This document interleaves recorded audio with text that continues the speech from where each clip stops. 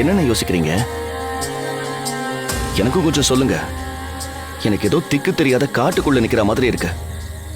எனக்கும் அப்படிதான்டா இருக்கு. ஈஸியா காலனையா கிட்ட சரிங்க ஐயான்னு சொல்லிட்டு வந்துட்டோம். ஆனா எப்படி பண்ண போறேன்னு தான் தெரியல. ஆனா பண்ணி தான் ஆகணும் ஜனா. என்ன அந்த குட்டி பிசாச இங்க கொண்டு வரதுக்கே நமக்கு நாக்கு தள்ளிடுச்சு. அப்படி இருந்தோம் நம்மளால அந்த குட்டி பிசாச இங்க வர வைக்க முடியலையே. ஏதோ நம்ம பாட்டன் முப்பாட்டன் சின்னதா பண்ண புண்ணியத்தால அந்த குட்டி பிசாசு இங்க வந்துருச்சு. பார், பாட்ட முப்பாட்டனை பத்தி பேசாத, கோவமா வருது. அவனுங்க பாட்டுக்கு பாவத்தை பண்ணிட்டு நிம்மதியா போய் சேர்ந்துட்டானுங்க. அவனுங்க பண்ண பாவத்துக்கு இப்ப நாம கிடந்து அல்லாடுறோம். அண்ணே, யாராவது தெரிஞ்சே பாவம் பண்ணுவாங்களா? அவங்க ஏதோ பண்ண போய் பாவம் வந்து சேர்ந்துருக்கோம். அதை விடுங்கண்ணே, இப்ப நடக்க வேண்டியதை பார்க்கலாண்ணே. அது தெரியாம தான் நான் முழிச்சுக்கிட்டு இருக்கேன். அந்த குட்டிச்சாத்தானோட ரத்தம் பஞ்சமுக விளக்கு எண்ணெயில கலக்கணும். உருவ பொம்மைய அவ கையால அக்னி குண்டத்துல போட வைக்கணும். அந்த குட்டிச்சாத்தான் ஒன்னும் தெரியாத பாப்பாவா இருந்தா பரவாயில்ல. அவதான் ஊரையே முழுங்குற மலை முழுங்கியா இருக்காளே. அண்ணே, அதான் காலனையா ஐடியா கொடுத்திருக்காருல, அந்த மாதிரி செஞ்சு பாப்போமே. ஏய், அக்னி குண்டம் வச்சு நடத்துற மாதிரி ஃபங்க்ஷன் நடத்தினாதான் காலனையா சொன்ன மாதிரி செய்ய முடியும். அப்படி என்னடா ஃபங்க்ஷன் வைக்கிறது? ஆமாண்ணே, என்ன ஃபங்க்ஷன் வைக்கிறது? அண்ணே, கணபதி ஹோமம் பண்ணா? டேய், கண்டிப்பா சந்தேகம் வரும்டா. யாருக்கு வருதோ இல்லையோ அந்த குட்டிச்சாத்தானுக்கு கண்டிப்பா வரும். ஏன்னா கணபதி ஹோமம் திருஷ்டி கழிக்கிறதுக்காக பண்றதுடா.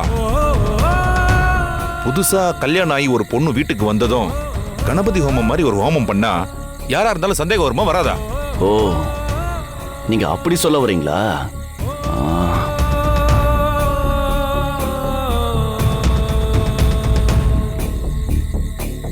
புதுசா கல்யாணமான பொண்ணு வீட்டுல இருக்கு. அட்லீஸ்ட் ஒரு மாசமாவது ஆனாதான் மத்த வேலையே யோசிக்க முடியும். என்ன ஃபங்க்ஷன் வைக்கிறது? ஜனா, இப்ப நீ என்ன சொன்ன? நான் ஒன்னும் சொல்லலண்ணே, சும்மா மனசுல பட்டதா உளர்ன. டேய், என்ன உளர்ன அதை சொல்ற? அது புதுசா கல்யாணம் ஆன பொண்ணு வீட்டுல இருக்கு. அட்லீஸ்ட் ஒரு மாசமாவது ஆனாதான் மத்த வேலையை யோசிக்க முடியும்னு சொன்னேன். புதுசா கல்யாணமான பொண்ணு ஒரு மாசம் என்ன ஃபங்க்ஷன் வைக்கலாம்? டேய், புடிச்சிட்டா. டேய், ஃபங்க்ஷன் நடத்துறோம். அந்த காலன் ஐயா சொன்ன மாதிரியே அந்த குட்டிச்சாத்தான செய்ய வைக்கிறோம். என்ன ஃபங்க்ஷன்? டேய், புதுசா கல்யாணமான பொண்ணுக்கு ஒரு மாசத்துக்குள்ள தாலி பிரிச்சு கோக்குற ஃபங்க்ஷன் பண்ணுவாங்கடா. அதனால துர்காவுக்கு தாலி பிரிச்சு கோக்குற ஃபங்க்ஷன் நடத்துறோம்.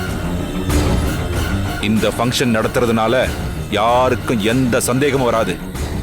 முக்கியமா அந்த குட்டிச்சாத்தானுக்கு. அந்த குட்டிச்சாத்தானும் அவ சித்திக்காக என்ன வேணாலும் செய்வான். அதுதான் நமக்கு ட்ரம்ப் கார்டு. ஃபங்க்ஷனை நடத்துறோம், காரியத்தை கச்சிதமா முடிக்கிறோம். அண்ணே, ஐடியா என்னமோ நல்லா தானே இருக்கு. ஆனா அதுல நிறைய சிக்கல் இருக்குண்ணே. என்ன சிக்கல்? துர்காவுக்காக நீங்க அண்ணி அடிச்சதால அண்ணி துர்கா மேல கொலை காண்டுல இருக்காங்க. இந்த நேரம் பார்த்து நீங்க துர்காவுக்கு தாலி பிரிச்சு கோக்குற ஃபங்க்ஷன் நடத்த சொன்னா அண்ணி அதுக்கு ஒத்துக்குவாங்களா? அது மட்டும்தான் சிக்கலா? அது ஒரு பக்கம்னா இன்னொரு பக்கம் அசோக் கல்யாணத்தை அவனுக்கு தெரியாம பண்ணி வச்சிட்டோன்னு அவன் இன்னும் கடுப்புல இருக்கான். தாலி பிரிச்சு கோக்குற ஃபங்க்ஷன்ல அவன் தான் துர்கா கழுத்துல தாலியே போடணும்னே. டேய், யார் என்ன சொன்னாலும் சரி, இந்த ஃபங்க்ஷன் நடந்தே தீரணும். கல்யாணத்தையே பண்ணி முடிச்ச நமக்கு இது ஒரு பெரிய விஷயமாடா.